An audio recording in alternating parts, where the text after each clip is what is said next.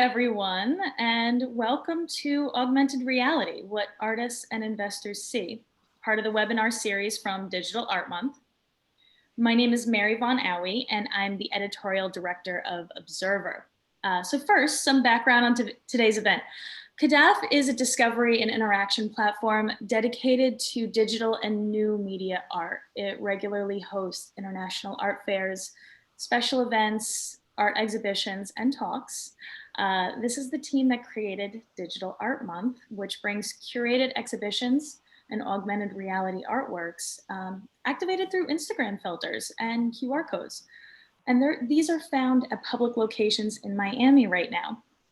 So in the times of social distancing, this digital festival blurs the line between virtual and physical to bring interactive art to the public.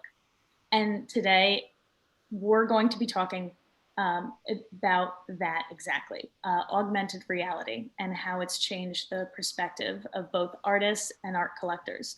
So joining me today, we have Alekhin, co-founder of Snark.art. We have Andrey Blokhin, artist from Recycle Group.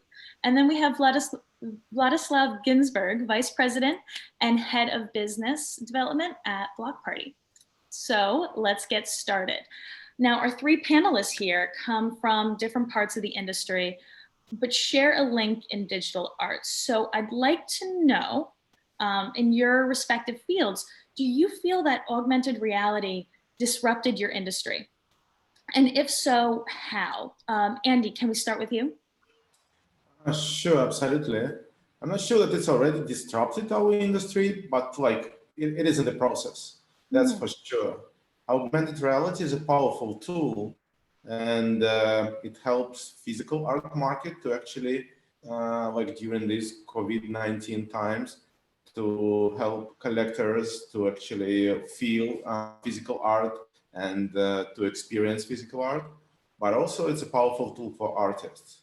And we see more and more artists actually experimenting with augmented reality.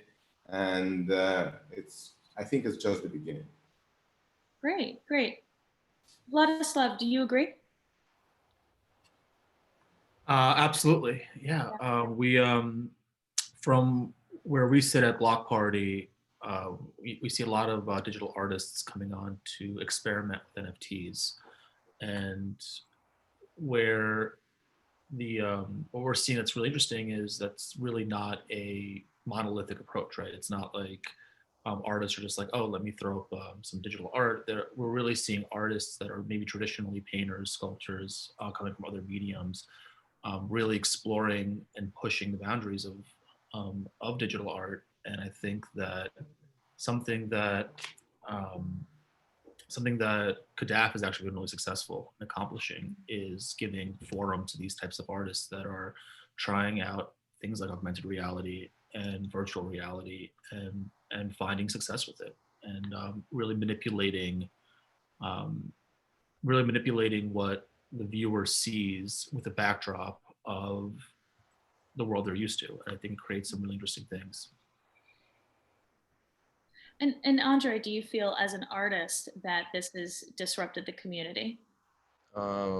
I can't say that it disrupted the industry or the community, because I think it's another powerful tool that everyone can use, because you do not make that much overproduction, for example, to create a piece. So you can just put your idea, take it, and use for augmented reality. And it works good, but now it's just developing. So actually we've started to develop some kind of this works like 3 years ago.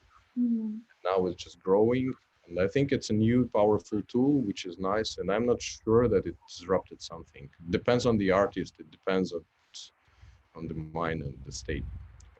It sounds like it's growing, and it will eventually disrupt this industry in certain ways, but it's still in its nascent stages. Andrey, you said that you sort of got more involved about 3 years ago. Vlad, when did you start beginning including AR in your work or in the marketplace? Actually, I first became aware of AR actually thanks to Gaddafi, but with Blockparty, we actually were once a ticketing dApp on Ethereum. And it was actually thanks to Andy Alekhin at an event that he hosted that I became aware of artists working with NFTs. And over some time, I became the CEO of Blockparty and pivoted into NFTs that are related to art and cultural assets. And that's really my background in the art business, and seeing artists experiment with new things. As far as AR specifically, the first time that we at Blockparty have encountered AR with one of our creators is something that we're working on right now. It's a pretty exciting project. And it's one of the coolest things I've seen in the NFT space, where we're working with Atari, the game brand that everybody's familiar with, and they're really interested in demonstrating like the artistry and the history of Atari. And we thought, well, how better to do that in the digital realm, because you need a screen. How better to do that than to quite literally take a physical cabinet, like bring yourself back to like the 80s in an arcade, like one of those like big arcade things, and it has a screen. And so we sourced an old Centipede arcade cabinet, and the screen, it's a Centipede game. You can play Centipede on it, but if you activate the AR filter we put on it, what you actually get is a wonderful artwork of two centipedes playing Pong in perpetuity. And what's really, for me at least, exciting about that is not only the artistry of an artist taking something that is so familiar, that is so like, I guess, retro, and creating something that's new and cutting edge with AR, with like a nod and a wink to what the artistry of the brand is all about, with these centipedes and they're playing Pong. But to take that even one step further, what makes AR exciting in this case is that we often talk about bridging digital art with physical art, and how do you do that? What's the way, how best to create to do that? And because the AR filter on this screen is unique to this specific piece, it actually sort of acts as that bridge of that digital. It ties the AR artwork to this physical piece, and no other physical piece, no other cabinet could possibly do this thing. And so it acts as almost, I hate to use the term certificate of authenticity, but it does sort of act as well, let's just call it that, a very unique bridge of the AR artwork to the physical asset. And that's wonderful. I mean, not just for accessibility, but I think it really does. That sounds like it would be an excellent entry point into digital art spaces, especially when people might be a little more intimidated by a new medium, by this sort of innovation, but it creates a bridge and a reference point to innovation that they've experienced, that they've used through Atari, that this is something that they can recognize, but they can see how digital art has progressed. So that's really cool to see. Okay, great. And then Andy, I'd also like to know, when did Snark.art, when did Snark really start to create these spaces for interactive art? Actually, it started maybe like almost 2 years ago, when we had first conversation with the Recycle group, with Andrey, and we started discussing the project, which probably like it is an interactive project, and it includes augmented reality. And like at the time, it was like a little bit too complicated to actually build it, but we still want to build it, and we will build it.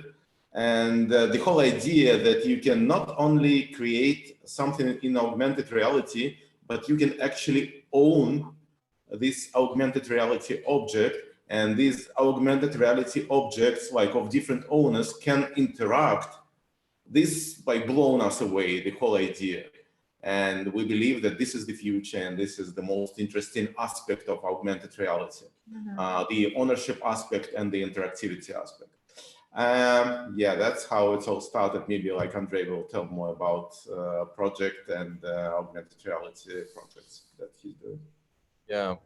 Yeah, actually, we've started the different projects. Like this one was about the objects that people really can own with Andrey and his team, and it's a real cool opportunity. And we also did new project with guys few weeks ago, I think, with the plastic bottles with the garbage that we've used to put the stickers, augmented reality triggers on top.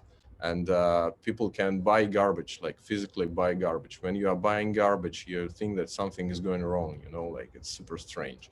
And then you use the app to discover what's there inside, and you see in AR work.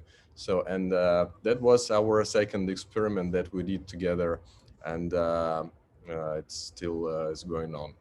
And also we have our application, which we've been developing during around 2 years, and not always we fixed the AR objects on something physical. So there are different opportunities to place them on GPS points, or there are different ways to use it. And yeah, so it's nice experience, and we are still combining together the material part and digital part. But sometimes we have a lot of ideas because we work in the collective, so we are together with Georgie, and we always have a lot of projects that we want to develop.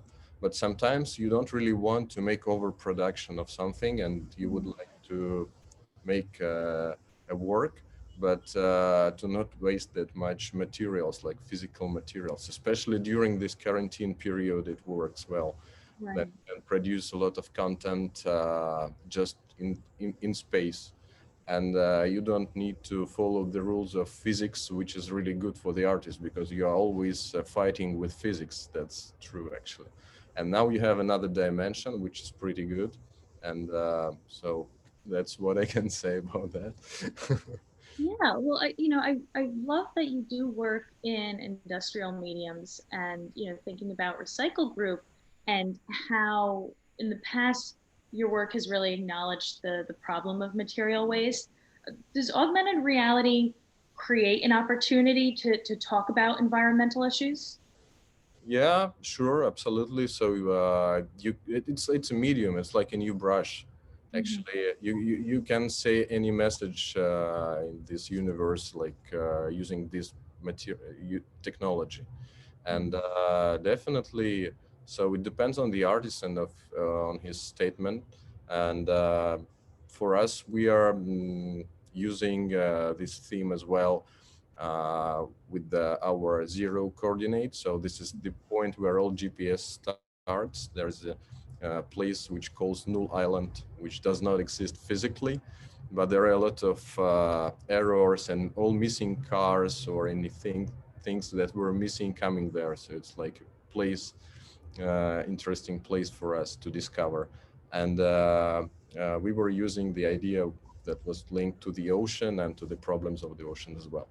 So it depends on the concept which is behind. So what I was thinking for the other artists is that it's a nice opportunity to, it's a nice tool that you can use, and it's important part to have a nice developers and people who could help you if you don't know how to manage 3D stuff and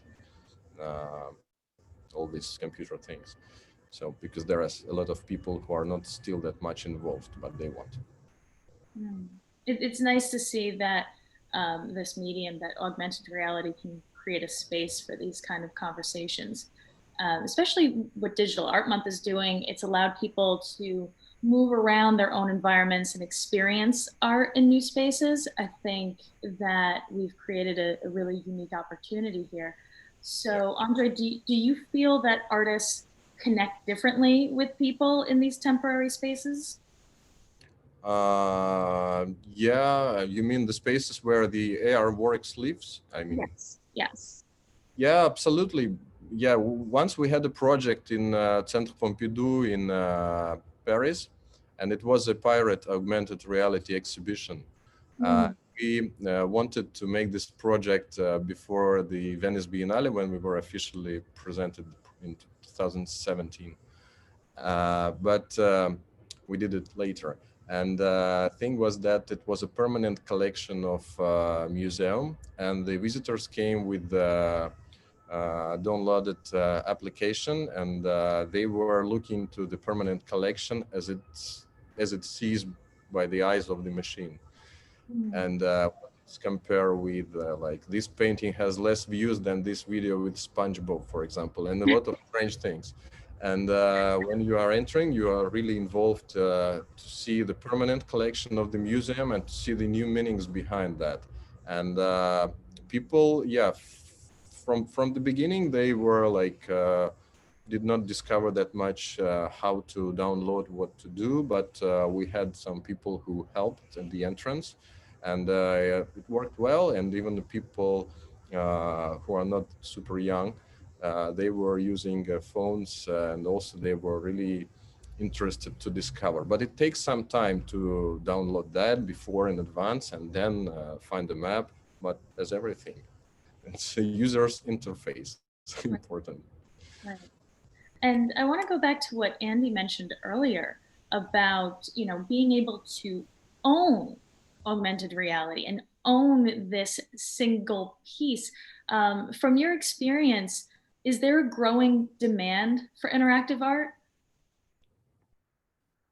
You mean me or Andrew? Andy.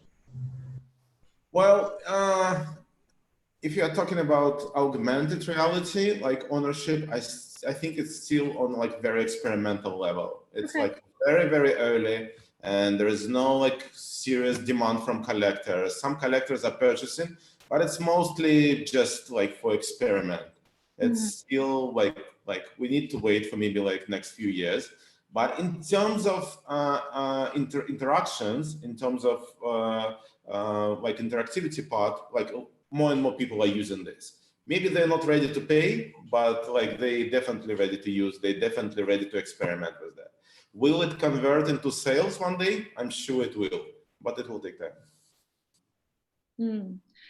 Vlad, do you have a similar experience? Do you see that augmented reality is just still a new concept to investors?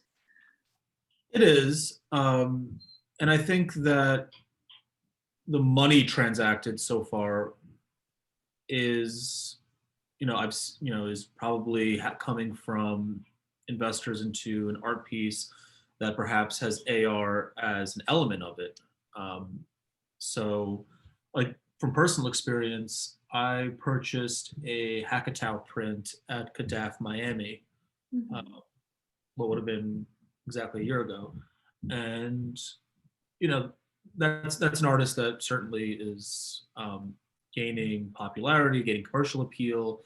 And here's this wonderful physical print of a Hackatow, and it has an AR element. And I think that it breathes a certain life into the work. But without the AR element, the work is still wonderful in its own right. So I think that there's at the moment, I guess the status quo is these are interesting artworks that are leveraging technology, that are doing something cool. But I have not, to Andy's point, I've not seen like a significant commercial interest in AR specific. But that kind of thing doesn't happen overnight, and I think that it has to happen the right way. What you might have, what I would define as the wrong way is something that might look like a flash in a pan, like something was like, oh, neat, but then it kind of comes and goes. The reason I feel that this type of technology, as it relates to art, has a sustainable growth path to being really commercial is specifically because you have exhibitions that are taking place at places like the Centre Pompidou, to Andrey's point. You have art fairs that are really putting, like a DAF, that are really putting these things front and center in front of collectors. You have like highly commercial artists like Cause doing an AR type of exhibit around Paris. And so before you have these commercial sales taking place, you really need to have for lack of a better word, legitimacy.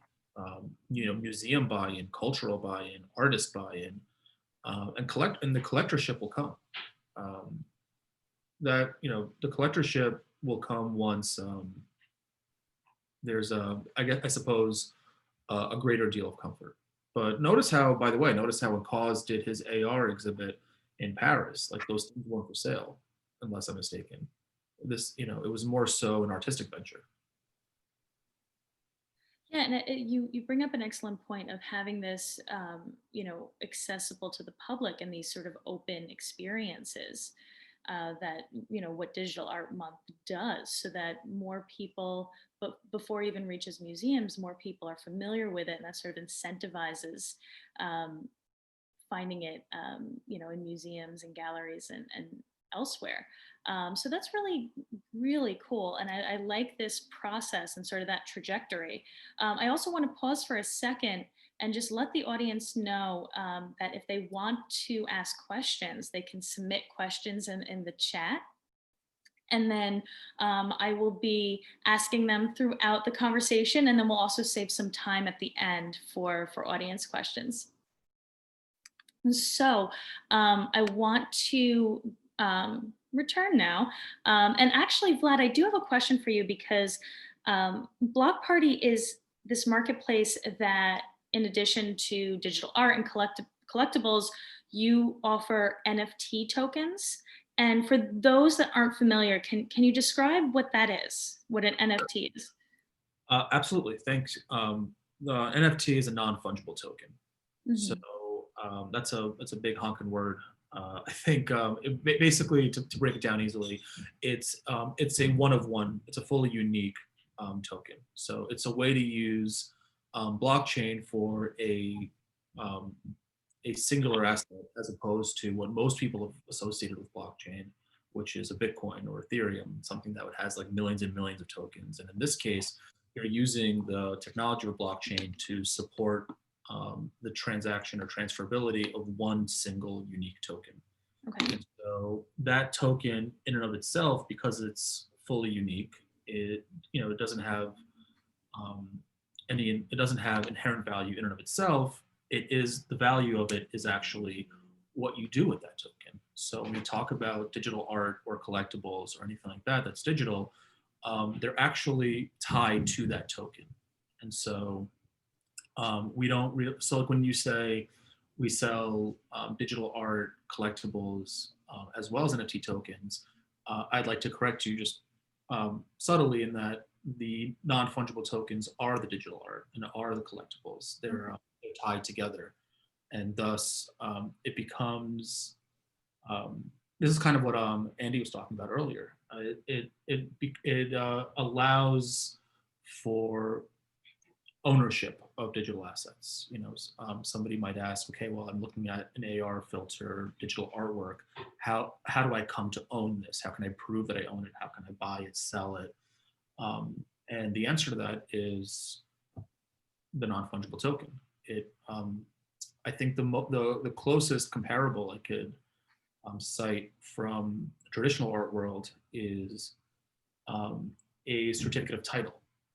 Right? It's when you buy a painting or a sculpture, you have the title to that painting or sculpture, and it's tied to that specific thing, and so that proves that you own it. So too functions a non-fungible token. It lives in a wallet that's that the collector owns, and with every transfer, purchase, sale of the artwork, so too does that token move, and thus is the value of having a fully unique token. So thinking about proof of ownership through this token, in your experience, is it easy to create digital copies when the medium is augmented reality, and has that been a problem? I wouldn't say easy, especially with augmented reality, but certainly the argument that you hear a lot and by the way, this is the same sort of comment you hear with contemporary art, like, oh, my kid can make that, like, which drives everybody in art crazy. Mm-hmm. But with digital art, the version of that is, well, why can't I, right click save as? Why can't I screenshot? Why can't I screen record? And well, because you didn't create it. And tons of traditional artworks have been copied a million times, but the original is what matters. And so, and that was, so when you have the non-fungible token, you are now proving which digital file is the original. Copy it all you want, but only one has the token hash on a blockchain to commemorate that this is the original piece, and the transactions are all tied to that original piece. Fantastic. And Andy, I know that you have also been helping artists get on the blockchain. Can you talk a little bit about how blockchain empowers the artist, how it can help artists new in this space, help them innovate?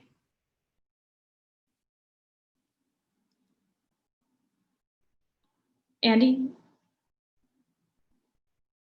Oh, you may have frozen.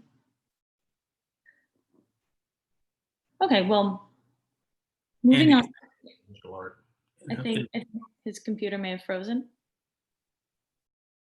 Okay, well, we'll get back to that question. In the meantime, I'll take a question from the chat that we also received.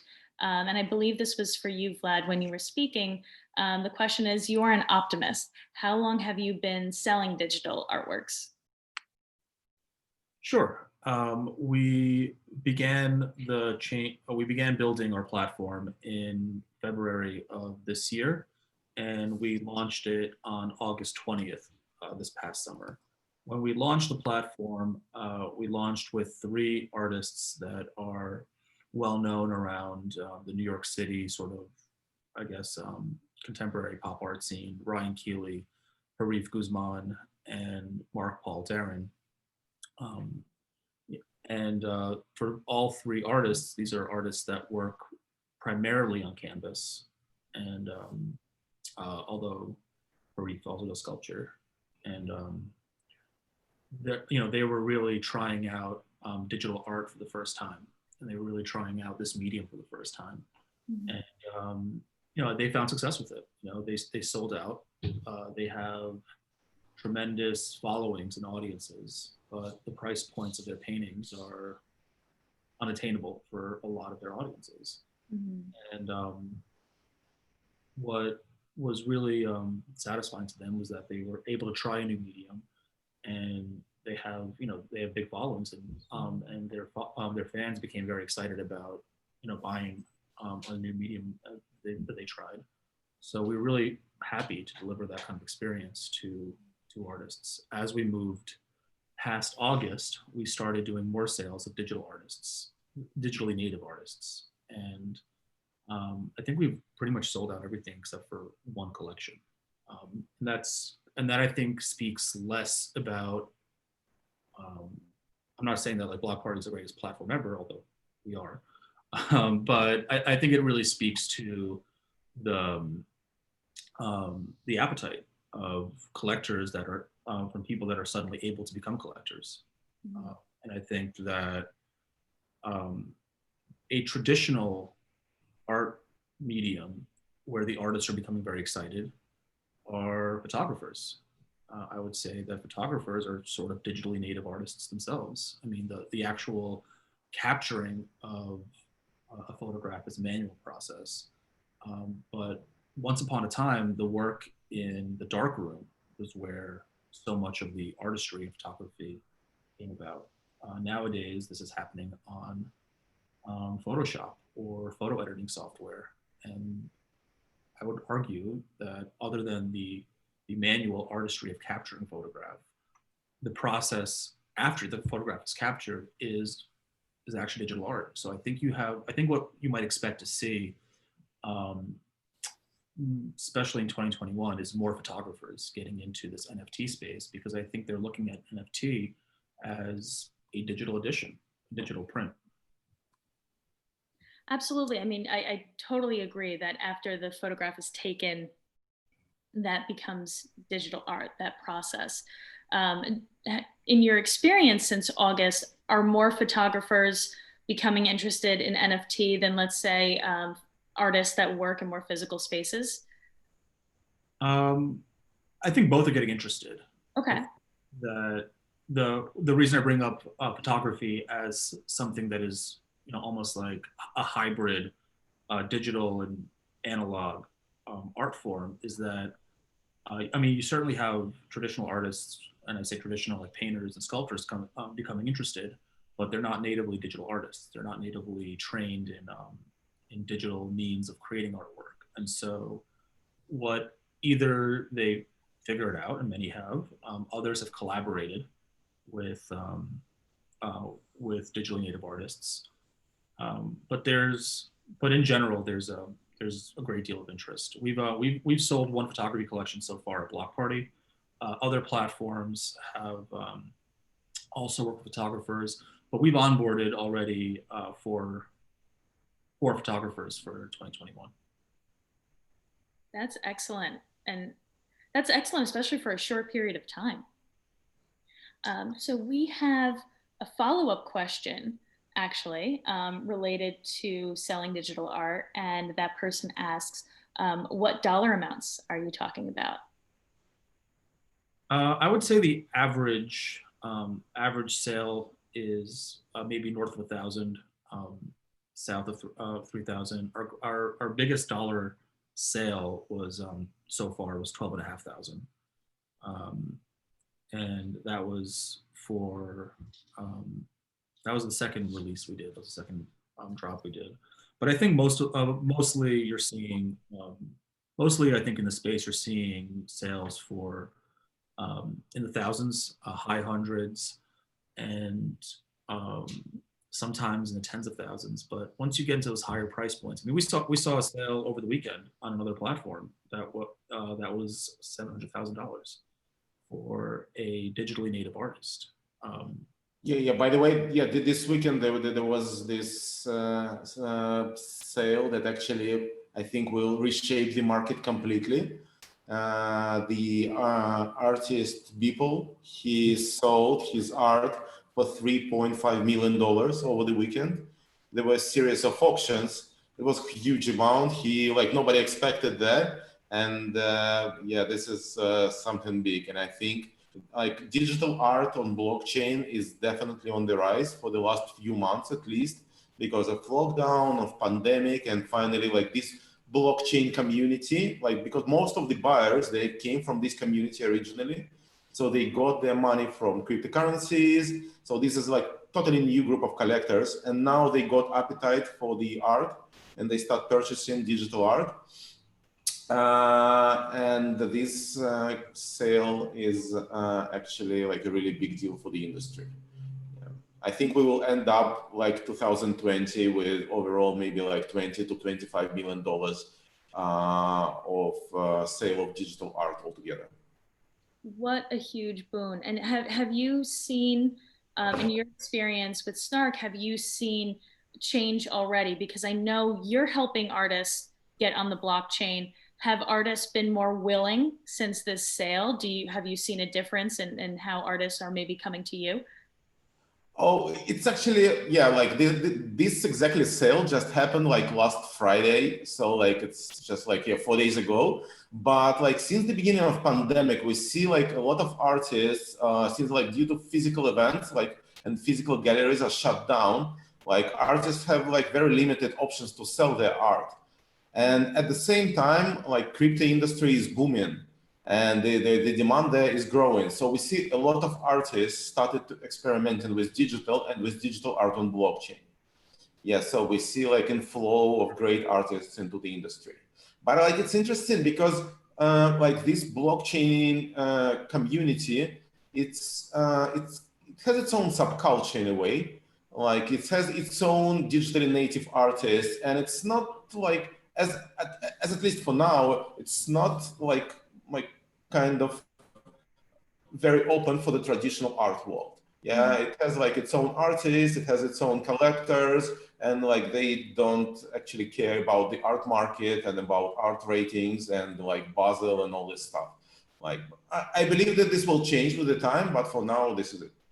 I totally agree, and I think that this is where these are the artists that are having success right now. It's artists that are digitally native. They primarily show their work on Instagram, and some might sell prints, some don't sell prints, but generally these aren't artists that have been adopted by the traditional sort of gallery and art fair world. And so what what has been captured is, Instagram has and digital art has been around for a while, and you have these digitally native artists that suddenly have a way to productize, for lack of a better word, their artwork. I think I saw somebody ask Darcy what was purchased. It actually was the non-fungible token. The Beeple sale over the weekend. Other, I guess, Instagram artists are using the NFT as the way in which to package and actually sell the artwork. And so, somebody like Beeple, who has millions of Instagram followers, is able to sell digital artwork to his followers, to his community. Somebody that we work with at Blockparty, Slime Sunday, I think off the top of my head, might have 250,000 Instagram followers and people that are really passionate about his digital artworks. And he sells prints, and they sell or don't sell. But when he began selling NFTs, the whole thing took off for him. So when did you start to see a commercial opportunity? I mean, obviously this weekend is huge, but when did you start to see a commercial opportunity in augmented reality and interactive art? When did you realize that there is, a strong potential in this space? And this question is for everyone, but Andy, would you want to start us off? Sure. I mean, like, as for now, like there are no like obvious signs that there's like that there is strong commercial potential in the augmented reality. I just hope it will be.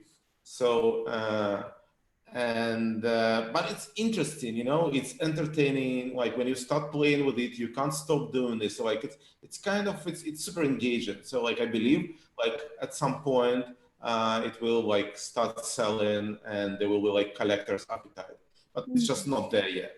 Yeah, yeah.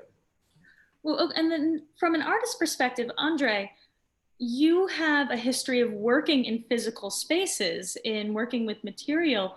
What compelled you to experiment and to get more involved in interactive art and using AR? We've been actually using interactive, we've been doing interactive works from the first exhibition. Like in 2008, we did the first project where was first project with using mobile phones. There was an SMS, so you could download some kind of image, sending an SMS. Old school technology. So it was 2008. And after that, we've developed through the series of different projects. And then we realized that it's a new tool for us. But yeah, it's been a long time, actually. That's great.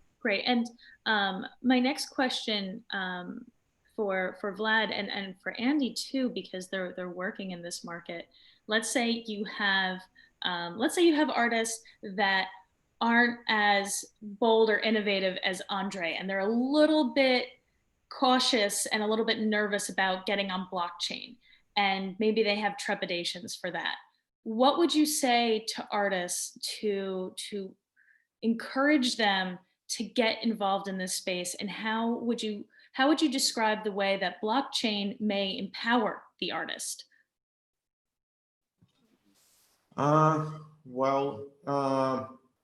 of all, like there are two big directions. First of all, like it's easier to sell art because of like the blockchain is like it's like natively embedded like trading engine into the art, and also there's a community that like very tight, and you can ask questions. You can like get immediate reaction from collectors. They all like in Twitter, and it's like super fun to engage with the potential collectors. Even if you have some idea in mind, you can immediately get a feedback. Okay, this is interesting. I might like pre-order this, or this is bullshit, and like something like this. You know, like not every artist needs this, but if artists need this, then it's definitely like very powerful thing to have. And this community is global, so and it's like 24/7. You can get answers like from like Hong Kong or United States or from Europe, and like people like awake all the time. But it's also interesting how blockchain technology actually influences the art itself. And this is because blockchain is a global computer. So if you create an artwork on this global computer, you can actually make it programmable. And so it opens like numerous opportunities. It's still not discovered like fully, that there are just first experiments, but like imagine an artwork that, I don't know, like reveal itself within the next 100 years.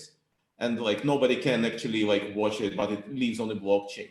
Or an artwork that interacts like with, I don't know, like some, like that maybe like the artwork is triggered by, I don't know, like some events from outside world. Like this, like technically is possible on blockchain. And so like we feel that blockchain is a new medium for artists, and it creates numerous opportunities that never been possible before. And this is what actually we are doing. We are not only a marketplace, but we are also a lab. So we help artists, we're a small technical team. We help artists to experiment on the blockchain and to create projects, interactive projects using programmable features of blockchain. Some of the programmable stuff I've seen is really exciting. Andy, I don't want to answer for you, but maybe you said away from programmable, but maybe you could share some of the things that you guys have done with Atoms. Because I think I would argue that the way that you've enabled collectors to own pieces of an artwork, but still be part of a community of other collectors of the same artwork, you've actually allowed collectors to also influence the art and make the art look different based on their habits. Sure. Yeah, this was one of our first projects. We collaborated with digital artist Eve Sussman. She is a New York-based digital artist, and she created her most famous piece about 15 years ago. It's a 10 minutes video. She recreated Velázquez's painting Las Meninas with real actors. And this video became successful and really well known. It's in collection of MoMA, it's in collection of Whitney Museum, it's in Lee Museum in Korea. And there were 15 editions of this video, and artists still owned the last one, the artist proof. And what we did together with her, we broke this video into 2,000 tiny pieces, like pieces of a screen, like 20 by 20 pixels, small videos. And using blockchain, we tokenized them. So like we created like independent artworks and sold these artworks to her community, like $100 each, like small, almost abstract video. But also using blockchain, we created a smart contract, a logic that if you own one piece, you can borrow the rest of the pieces for 24 hours and recreate the whole video. And next day, you can loan your piece to somebody else in the community and they can recreate the whole video. So like as a result, we got a community of collectors. There are like about 350 of them right now that altogether they own this like significant art piece, but at the same time, like they can interact with each other by like borrowing and loaning these pieces of video, and the artwork like became like way more accessible. Because like even if it's owned by MoMA, the piece is rarely seen. MoMA takes it out of archives maybe once in 5 years, and now like people watch it like almost like every day, and the artist is very happy because of this. And it's also about democratization, because the original video is about $200,000. It's quite expensive, but you can buy this small piece just for $100, which is, I think, super interesting. I have so many follow-up questions on this, just because, you know, you touch upon a great point about accessibility and the democratization of digital art. But not only that, you know, you're not just buying a piece, you're buying an experience as well. So before we get to those questions, we did have a follow-up question for you, Andy, from the chat. Someone's asked, what did you call the pieces of the whole? Yeah, it's actually artist Eve Safman, she named these pieces atoms. So yeah, the whole art, the name of the artwork, the original video, the name was 89 Seconds and Alcazar, and this artwork name is 89 Seconds Atomized. Yes. And it's like another interesting aspect of this work, you're right that it's in the middle between like ownership and participation. So it's like somewhere like in between these two experiences. But it's also like it happens with blockchain and with real ownership. With the time, owners, they lose their wallets. So they lose access to their art, like to their artworks and to their cryptocurrencies and to their artworks. So like with the time, we see that like less and less atoms are available. And actually, artist is very happy about this. Like she keeps talking that her artwork is gradually dying, and she's very happy about that. She's kind of, again, it's experimental. It's like it was her like original experiment, and we help her to actually to make this happen. But she really happy that like with the time, maybe like there will be like maybe like only 1/3 of this video be available. Yeah, she doesn't want to live forever, and she doesn't want her work to live forever as well. If I could add to that as well, it's you know, when we talk to artists at Blockparty that are considering whether or not to make this jump into the digital realm, we actually point to the Eve Sussman's atoms that Snark created as an example of what I mentioned earlier. You know, you want to see buy-in. You want to see that this is not a flash in the pan. This isn't a fad. You want to see that real artists in, you know, Eve Sussman, somebody that, as Andy mentioned, is in MoMA, and you know, real artists, real art collectors, real institutions are supportive of this movement. And so, a conversation I've had with a lot of artists, especially when it comes to this blockchain thing, is I bring up the example of, I guess, books where you've seen like a similar kind of thing. Like I would argue that authors of books, almost every book starts its life cycle on Microsoft Word nowadays, and starts its life cycle on a computer. And so ebooks have been around for a really long time. The thing is nobody was particularly interested in hunching over a computer to read a 700-page novel until it became commonplace to carry around an iPad. And once that became a trend, once that piece of technology became available, the Kindle came around, and a tablet was just a commonplace thing. And suddenly it was possible to create a product out of the ebook. I would make the same argument for blockchain and digital art, where, as I mentioned earlier, photographers, that's, you know, since the 90s has been a digital enterprise largely. And digital art has been around since digital. You know, digital art's been way before blockchain. 2008, Andrey was working with SMS. The digital realm exists. It's just much easier to productize, package, and deliver to the collector now with blockchain. And so projects like Andy's, like Blockparty, like others, are helping to create a product out of the digital art. Just the same way that, you know, painters will paint on canvas, and that the canvas was easy. Just, you know, you put a frame on it, you put it on the wall, and you sell that. You know, this is kind of, it's not a great conversation you want to have, but it's the real conversation, which is how do you match the artwork with the collectible product? And I think that's where the blockchain element comes in. And I'm hopeful that that's where blockchain is able to help with AR and interactive art, because again, right now AR interactive art is such a great experiential art form, and if collectors do come in mass to buy it, they're going to need a way to productize and own it. You bring up an excellent point here, and now I'm thinking about how, you know, your example of digitized books, but that relied on the Kindle. So do you feel like that's the next step in making AR more accessible? Do you think that this is beholden to more platforms, more product innovation? I would defer to Andrey here. I would defer to how the artist feels most comfortable demonstrating the artwork and having it collected. Yeah. So I think that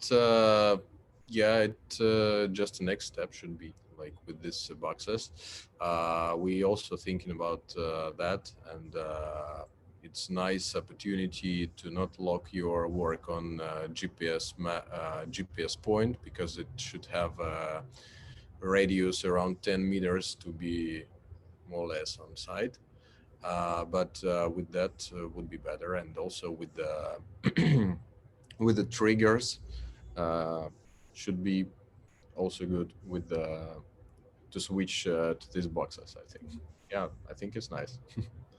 And Sure. Andrey, you were really at the forefront as an artist getting involved in the digital space. As you mentioned, you were looking at interactive art and did, the digital space pretty early on in your career.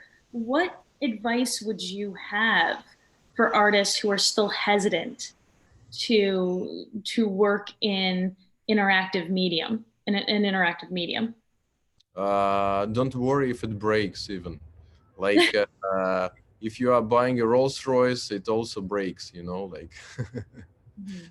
don't care. So you experiment.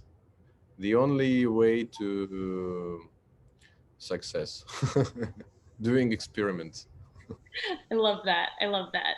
And do you feel that blockchain can empower the artist?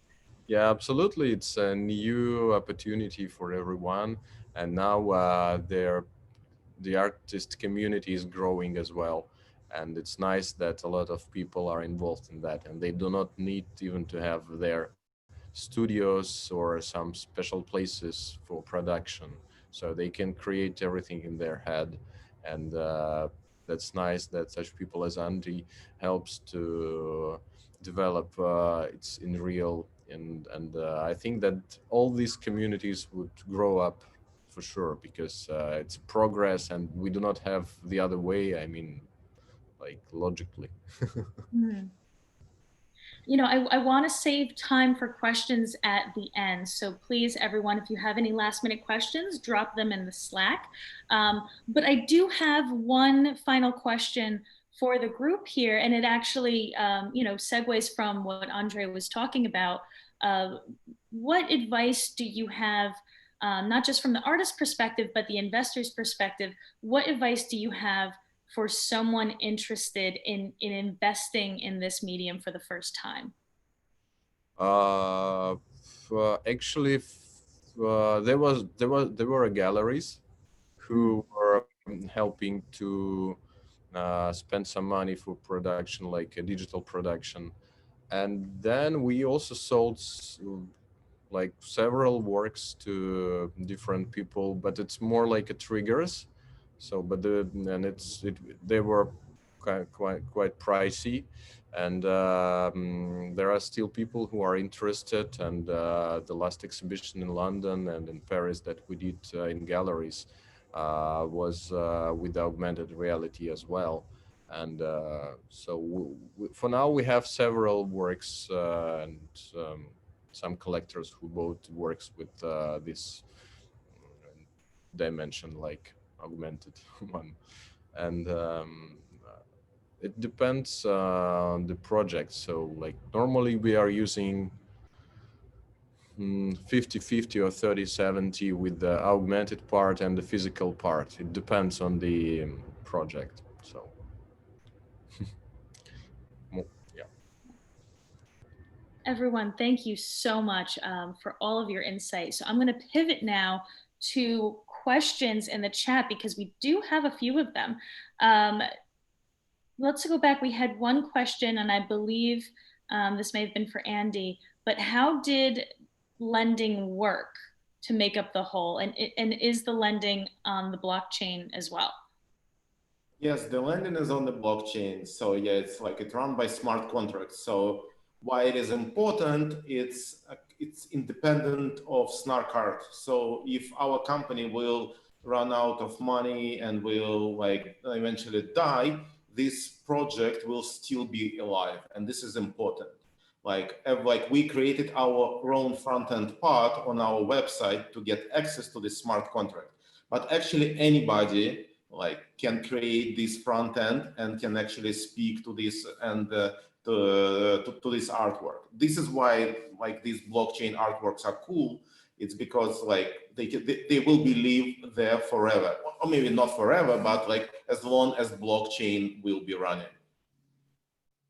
Fantastic. And then we have another question from the audience. What are some of the best entryways for non-digital native artists? And I think, Andy, you did give a few answers on the chat as well. Andrey, I'd love to hear from you from this on this. You know, what is the best entryway for a non-native digital native artist? To buy a computer. No, actually, that's true. I mean, if you start to do digital art, you need it anyway. And yeah, just as for us, it's just like to be curious about how you can transform some physical things to this world, and then what extra you could add, and do you need to use normal physics, or you can play with the physics as well. Mm-hmm.